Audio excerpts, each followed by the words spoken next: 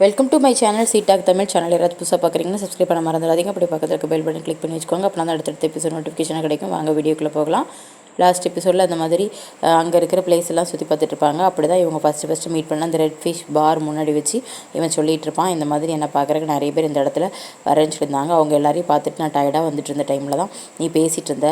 நான் முதல்ல ஒன்று வேறு பொண்ணு தான் நினச்சேன், அதுக்கப்புறமா தான் நீ சைனீஸ் பொண்ணாக இருக்கும் அப்படிங்கிற மாதிரி யூகிச்சேன். அதுக்கப்புறம் நீ பேசினது எனக்கு ரொம்ப பிடிச்சிருந்துச்சு அப்படின்னு சொல்லி அவள் பேசின மாதிரியே ஒவ்வொன்றா பண்ணிகிட்டு இருப்பான். ஸோ அவளுக்கு கொஞ்சம் வெக்கம் வந்தோன்னே அப்படியே ஹக் பண்ணிக்குவாங்க ரெண்டு பேரும் அந்த இடத்துல வச்சு. அப்புறம் வீட்டுக்கு போனதுக்கப்புறமா இவன் ஃப்ரெண்டு ஒருத்தர் சாப்பிட்டுட்டு இருப்பான். அப்புறம் ஆனன் அந்த மாதிரி காட்டுவாங்க. இவன் வந்து வின் பண்ணியிருப்பான். ஸோ அவன் வந்து கொஞ்சம் எக்ஸைட்மெண்ட்டில் இருப்பான்.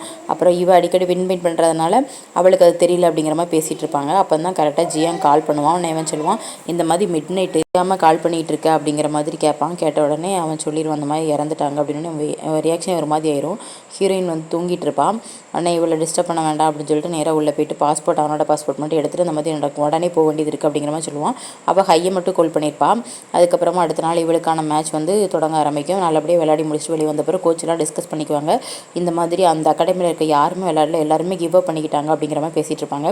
இவளுக்கு கொஞ்சம் டவுட் ஆயிரும். உடனே ஹீரோட்ட போய் மெசேஜ் பண்ணுவாள், இந்த மாதிரி ஆனன்லாம் கிவ் அப் பண்ணிட்டு போயிட்டாங்க, என்ன காரணம் அப்படிங்கிற மாதிரி கேட்கும்போது தான் இவன் சொல்லுவான், இந்த மாதிரி மாஸ்டர் இறந்துட்டாரு அப்படின்னு சொன்ன உடனே இவளுக்கு அடுத்து என்ன பேசுனே தெரியாது, வச்சிருவா. அப்புறம் ஷிடாங் கால் பண்ணி சொல்லுவாள், அந்த மாதிரி ஷிடாங் வந்து நீ அங்கே இருக்கிற யாரையும் டிஸ்டர்ப் பண்ணாமல் அழாமல் நல்லபடியாக கான்ஃபிடென்ட்டாக நீ விளையாடு அப்படிங்கிற மாதிரி சொல்லியிருப்பான். உனக்காக நான் இங்கே வெயிட் பண்ணிகிட்ருக்கேன், எல்லாம் முடிஞ்சு நீ வரும்போது நான் உன்னை கூட்டிகிட்டு போகிறேன் அப்படிங்கிற மாதிரி ஷிடாங் சொல்லியிருப்பான். அவன் வந்து ஃப்ளைட்டில் போயிட்டு இருக்கும்போது அவனோட ரீகால் பழைய ஞாபகங்கள் எல்லாமே, அவனுக்கு அம்மா அப்பா இருக்காதில்ல, ஸோ தம்பி இவன் தானே கேர் பண்ணிக்குவான். அதனால் அதை தெரிஞ்சு கோச் அவனோட வீட்டுக்கு கூப்பிட்டு போய் தம்பிக்கு சாப்பாடு கொடுக்குறது, அவனுக்கு சாப்பாடு கொடுக்குறது மாதிரி எல்லாமே பண்ணிகிட்டு இருப்பாரு. அப்புறம் இவனோட ப்ராக்டிஸ் டைமில் அவன் எப்படி இருக்கணும் அந்த மாதிரி எல்லாமே சொன்னதெல்லாம் ஞாபகப்படுத்தி இவன் அழுதுட்டு இருப்பான். இவனால் தாங்கவே முடியாது, இந்தளவுக்கு நல்ல மனுஷன் போயிட்டாரு அப்படின்னு.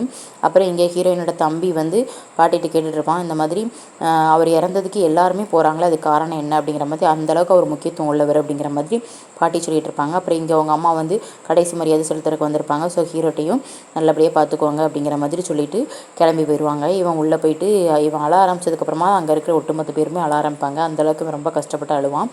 அப்புறம் இந்த டாக்ஸின் சிட்டியே பொறுப்படுத்துக்க சொல்லி இவன்கிட்ட வந்து ஜியாங் சொல்லிகிட்டு இருப்பான். உடனே இவன் சொல்லுவான், இல்லை நீ சின்ன வயசில் வந்து நிறைய உழைச்சிருக்க, நிறைய கஷ்டப்பட்டிருக்க, இப்போ வந்து நான் அதை வந்து ஓவர் பண்ணுறது நல்லது கிடையாது அப்படிங்கிற மாதிரி சொல்லுவான்.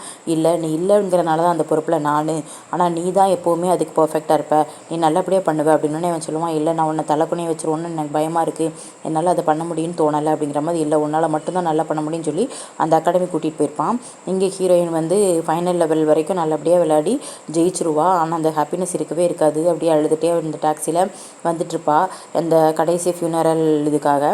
இங்கே இவங்க அகாடமியில் ஒவ்வொரு விஷயத்தையும் சின்ன வயசுல வந்து இவன் விளையாடுறது, அப்புறமா மாஸ்டர் ஒவ்வொரு விஷயத்தையும் சொல்லிகிட்டு இருப்பான். இங்கே இவன் வந்துடும். வந்தோடனே இவன் சொல்லுவான், அந்த மாதிரி அம்மா அப்பாக்கெலாம் தெரியும், அதனால் நீ எதுவும் நினச்சிக்காத அப்படிங்கிற மாதிரி அந்த இடத்துக்கு கூப்பிட்டு போவான். ஹீரோ பார்த்தோன்னே இவளுக்கு ரொம்ப கஷ்டமாக இருக்குது. அப்புறம் ஷிடாங் கேட்பான், ஏதாவது உதவி வேணுமா அப்படின்னு. இல்லை இது வரைக்கும் நீ பண்ணதே ரொம்ப தேங்க்ஸ் அப்படிங்கிற மாதிரி சொல்லிட்டு நேரே இறுதி ஊர்வலத்தில் போய் பேசுவாங்க. அப்போ டாக்ஸின் சிட்டியை வந்து நம்ம ஹீரோ ஓவர் கம் பண்ணுறதை பற்றி ஜியாங் அனௌன்ஸ் பண்ணுவான். எல்லாம் முடிஞ்சதுக்கப்புறமா எல்லாரும் அவங்களோட கடைசி கன்சோலன்ஸை சொல்லிகிட்டு இருப்பாங்க. அப்போது நம்ம ஹீரோயினோட அம்மா வந்து இந்த மாதிரி பேசுவாங்க. இவங்களுக்கும் தெரியும்ல, ஸோ ஹீரோ கூடவே அனுப்பி விட்றாங்க. ஹீரோவை கம்ஃபர்ட் பண்ணுறதுக்காக அகாடமி கூட்டிகிட்டு வந்திருப்பாங்க. அந்த ரூமில் உட்காந்து இவ பேசிகிட்டு இருப்பாங்க ரெண்டு பேரும்.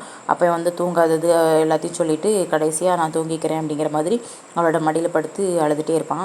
இவளுக்கு என்ன பண்ணே தெரியாது. இவளை அழுவா, ஆனால் கொஞ்சம் கண்ட்ரோல் பண்ணிக்குவா. அப்புறம் உங்கள் கூடவே இருக்குன்னு நினைக்கேன், ஆனால் என்னால் என்ன பண்ணுறதுன்னு தெரியல அப்படிங்கிற மாதிரி இவனுக்கு கம்ஃபர்ட் பண்ணிவிட்டு என்ன வீட்டுக்கு போகணும்ல, ஸோ வீட்டுக்கு போகும்போது அங்கே பாட்டி இவளுக்காக வெயிட் பண்ணிகிட்டு இருப்பாங்க. ரொம்ப நாள் கழிச்சு வராங்கிறதால அப்புறம் பாட்டிகிட்ட பேசிவிட்டு அப்படி தூங்கிடுவாங்க. அப்புறம் அடுத்த நாள் இவன் எல்லாமே முடித்து அகாடமிக்கு வருவான். இவனுடைய ஒவ்வொரு கம்பேக் வந்து அங்கே ரொம்ப புதுசாக இருக்கும்.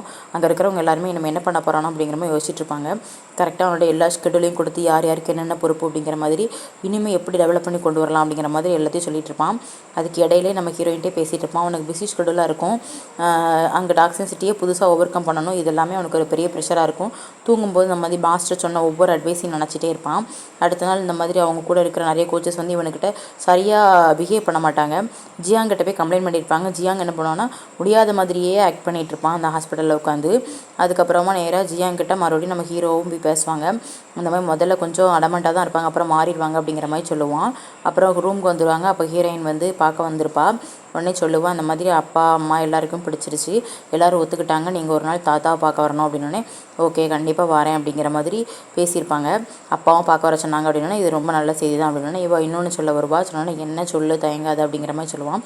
சொன்னோடனே சொல்லுவாள் அந்த மாதிரி 1 வீக் எனக்கு பீரியட் தள்ளி போயிருக்கு அப்படின்னு சொன்ன உடனே இவனுக்கு என்ன பேசுனே தெரியாது. அப்புறம் கம்ஃபர்ட் பண்ணிக்குவான், ஒன்றும் பிரச்சனை இல்லை, நான் இருக்கேன், நான் உன் கூடவே இருப்பேன் அப்படிங்கிற மாதிரி. உடனே சொல்லுவாள் எனக்கு ரொம்ப பயமாக இருந்துச்சு, இந்த மாதிரி மீட்டிங்கில் இருக்கும்போதெல்லாம் நான் அதை பற்றி எதுவும் நினச்சிட்டு இருந்தேன் அப்படிங்கிற மாதிரி சொல்லுவாள். அப்புறம் அவன் நம்ம டெஸ்ட் பண்ணி பார்க்கலாம் ஹாஸ்பிட்டலுக்கு போகணுன்னு, இல்லை ஹாஸ்பிட்டல் போக வேண்டாம், அந்த மாதிரி வீட்டில் டெஸ்ட் பண்ணி பார்க்கலாம், கிட்டு வாங்கிடுவாங்க அப்படிங்கிற மாதிரி சொல்லியிருப்பான். உடனே அவன் வாங்க போயிருப்பான். அப்படியே அந்த ஒரு க்யூரியாசிட்டியோடு அந்த எபிசோட் முடிச்சிருப்பாங்க. நல்ல எபிசோடில் பார்க்கலாம். பாய்.